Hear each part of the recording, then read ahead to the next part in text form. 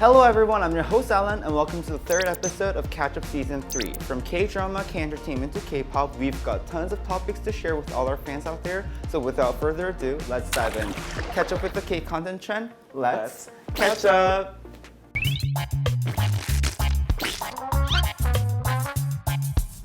So for this month's episode, CJ ENM is continuing the celebration of its 30th anniversary by highlighting some of the most outstanding topics. And that being said, we can never leave out a special guest to talk about the fascination of K-content on a global scale. Please welcome an influencer with 320K followers on Instagram, one and only Max. Hey! Hi everyone, my name is Max. You may know me on social media as Max Not Beer or 맥주 아니고 맥스. I am a full-time content creator in Seoul and in New York. I make mukbang, food content, dance content. I do sort of a lot of different things, but it's a good time over here. Follow me if you haven't seen me before. Amazing. Well, I've gone through all of your social accounts and found out that you're definitely fond of Korean culture, for sure. Definitely. So I've been curious whether K-content, including K-dramas, entertainment shows, or K-pop songs, has helped you grow your interest in Korean culture. Totally. I mean, even when I was in college learning Korean, because my major in college was Korean. Oh wow, I didn't know that. Yeah, so I mean, that's how I learned it all, right? So I would watch K-dramas all the time in order to practice my language skills. My favorite drama to watch was 슬기로운 의사생활. Hospital playlist, yes. It was so good, and I would watch it with the intent to study. Like I would watch with Korean captions and try to practice alongside it. But I just ended up crying all the time because it's such a good show, and I was just like crying for an hour and a half straight. So I don't know how much studying I got done, but I really love that show. That's amazing. Yeah. That kind of makes me eager to deep dive into some of the topics we're going to talk about today. So let's get it started. This year, CJ ENM attended FILMART 2025, one of the biggest content markets held in Hong Kong from March 17th to 20th. In collaboration with Korea Creative Content Agency, also known as KOKA, CJ ENM has established a booth with a theme to celebrate its 30th anniversary. With eye-catching poppy colors, CJ ENM also introduced some of its upcoming scripted and unscripted titles for the global entertainment industry individuals, making everyone get excited for what's going to come next from the leading entertainment company. So for the scripted title, CJ ENM introduced the recent global hit, My Dearest Nemesis, starring Moon Ga-young and Choi Eun-woo, along with the highly anticipated titles Second Shot at Love and Way Back Love. For unscripted titles, the nationwide hit dating show Couple Palace 2, along with 300, War of United Voices, and World of Street Women Fighter, was presented, again proving why CJ ENM is the leading entertainment company of this era. So for this year's FILMART, I had a chance to actually visit there and meet with various buyers, distributors, and producers. And despite numerous titles that were pitched from multiple countries, K-content, especially from us, CJ ENM, gained a huge amount of attention. So Max, I'd love to know your thoughts on rom-com K-dramas first, because CJ ENM is well known for producing such genres, aren't we? So do you have any interest in rom-com genre K-dramas? I do. They make me very sad because it just reminds me how single I've been for such a long time. So they're kind of hard to watch because they're just so happy and in love, and I'm just like not, you know?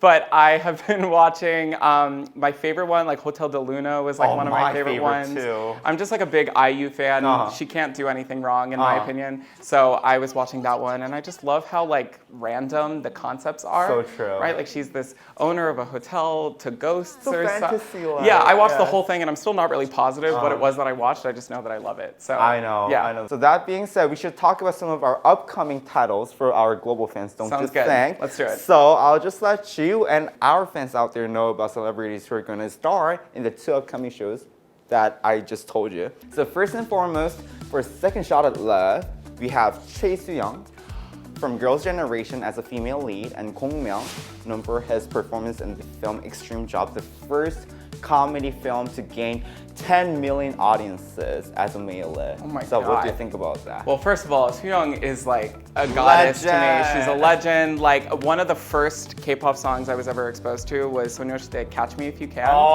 And I grew up dancing, so like the choreography, and it was all just like very awesome to me. But her specifically, like I would watch their entertainment shows, their interviews, and she was always so charismatic, so personable. True. And I always kind of thought to myself, like, I feel like she'd be a great actress. And then sure enough, you know, now she's moving into acting, and I am so excited to see what she does with this role. That's not it. We also have Way Back Love starring Kim Mina, who's gained global fame through her performance in Pachinko. And interestingly, Gong Myung as a male lead once again. He's back. That must be really good. I can't So wait to watch it. we can see different sides of Gongmyeong from these two different titles. So what do you think about them showing? Yeah, I definitely can't wait for Kim Mina. Like, I am a huge fan of Korean historical fiction. I read the book Pachinko by Min Jin Lee before it came out into a show, and I have just been obsessed with that story. Wow. The show itself is just like so heartbreaking and so beautiful. True. So I'm excited to see her in a little bit of a different concept, right? It's gonna be more rom-com-y and lighthearted. So I'm excited for that. It's actually, I would not say it's rom-com-y. Oh, yeah? It's more like romance fantasy kind of Love it, thing. even better. Yeah, it's quite serious, like melodramatic kind of thing. Okay. But maybe a bit of comedy, I think. But it's a sneak peek, so I cannot tell you guys like everything right now. But that's also a good part about K-dramas too, is they're really good at like having a lot of dynamics through their show. True. There's as much comedy as there is thrilling moments, as there are sad moments. Like, if an episode's gonna be like an hour and 30 minutes long, it has to bring you on a bit of a roller coaster in order to keep you watching. And I think it's something K-dramas do very well. So I'm just as excited as you are. We also have a special vlog recorded for our Ketchup fans to see how this year's FILMART was. So let's dive in. Okay. So hello everyone, I'm at FILMART 2025 this year, and we have arranged a booth here at Coca Pavilion. So celebrating the 30th anniversary this year, CJ ENM has decorated our booth with so much content, brand new upcoming titles, and both scripted and non-scripted titles. We do have CJ ENM's booth walking straight through. And as you can see, there's the orange color, our key color for this year. We do have SLO, SBS, everywhere. This is a brand film for this year. So we're celebrating, as I said before, 30th anniversary this year. And CJ ENM's 30th anniversary visionary selections are all distributed and collected, and we've made it as a brand film.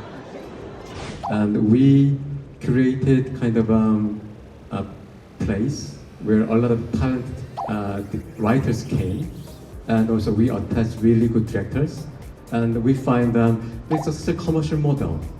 So probably the first example will be the Goblin. So that was the last day at FILMART 2025 held in Hong Kong. It was such a journey, because we had to take care of a lot of things throughout 3 to 4 consecutive days, handling a lot of events, meetings with buyers, and interviews constantly. But it was really meaningful and fruitful experience for all of us. And thank you so much for watching this episode. And as your host, Alan, I'll come back with some other great news about K-content trend. Catch up with the K-content trend. Let's catch up. Bye. The brand new titles of global IP powerhouse CJ ENM have once again resonated with the global fandom, starting from Study Group, produced by Korea's leading scripted TV studio, Studio Dragon, and aired on the #1 K-content streaming platform TVing, has not only been praised locally but also globally, further proving that well-made titles can strongly appeal to diverse fans. On the other hand, My Dearest Nemesis, starring Moon Ga-young and Chae Yeon-wook, has reignited global rom-com syndrome once again by delivering heartfelt, bubbly vibes for the viewers, making them rank #1 in over 135 regions worldwide. So different titles with different vibes, yet successful both locally and globally. That's amazing, isn't it? Max, what do you think about that? I just think it's cool that these variety of concepts, like no matter which direction these K-dramas go, they all seem to do well. And I think part of it is because these K-dramas, like from the get-go, from the first episode, they're really good, like you said, at establishing. Like the catch is not only great, but the setting, these characters, the plot line, the obstacles that they'll face, it's all very clear from the first episode. So even if you don't know anything about Korea, even if you don't speak Korean, the setting itself is just so clear from a viewer's perspective that you can't help but just like fall right into it. You're like a drama analyst. I don't know. I just like have a lot of time on my hands. Wow. Let's get started off this conversation with Study Group. How about that? The action thriller genre title based on its hit webtoon. So we do have Hwang Min-hyun, as a main lead, Yoon Ga-min, who gets into Yusung Technical High School, known as the world's worst school, forming a study group to get into college. So it's a really fantasy-like high school academia kind of genre. Yeah. But Minhyun is starring. Yeah, I love it. I mean, Hwang Min-yeon and like all of these people have such a wide array of talents, which So is true. crazy. Yes. I know Hwang Min-yeon like debuted in Newest like a long time ago. Then he was in 101. Now he's an actor. It's like these people can do literally anything. Everything. I guess like, and he's also like very handsome. Once you're all that good looking, I guess like all you have to do is like buckle down, train, and you could do like the world is yours. Yes.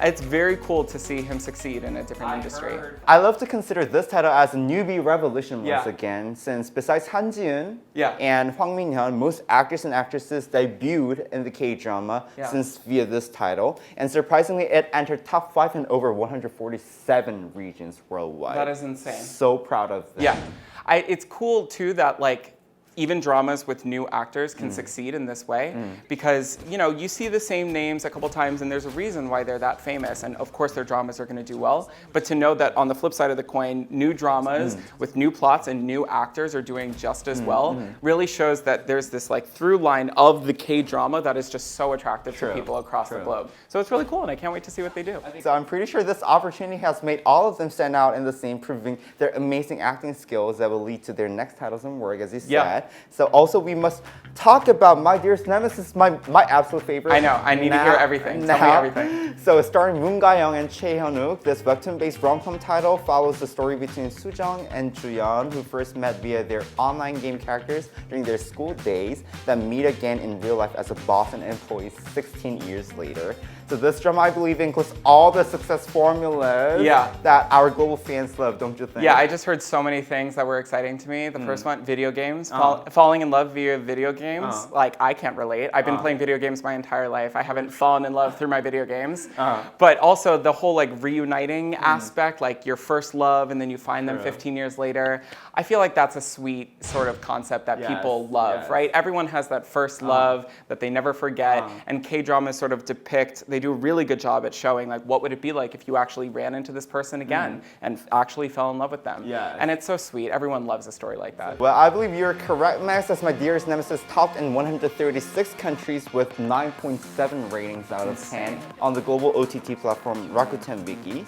It also ranked number 1 in the Japanese platform Unex's Korean Asian drama category and dominated the K-drama category of Indonesia's biggest streaming platform Video. It's insane. The list goes on and on and on, so I'll stop right there. Yeah, I mean that's insane, but it's not surprising, right? Like the chemistry between those two characters is amazing. like top notch, and I can see why it's like spreading globally like wildfire. Just like Study Group and My Dearest Nemesis, I hope more and more dramas produced by CJ ENM receive a tremendous amount of love and support from both local and global fans. And by the way, both Study Group and My Dearest Nemesis are still available on various platforms globally, so please show lots of love and support for the show.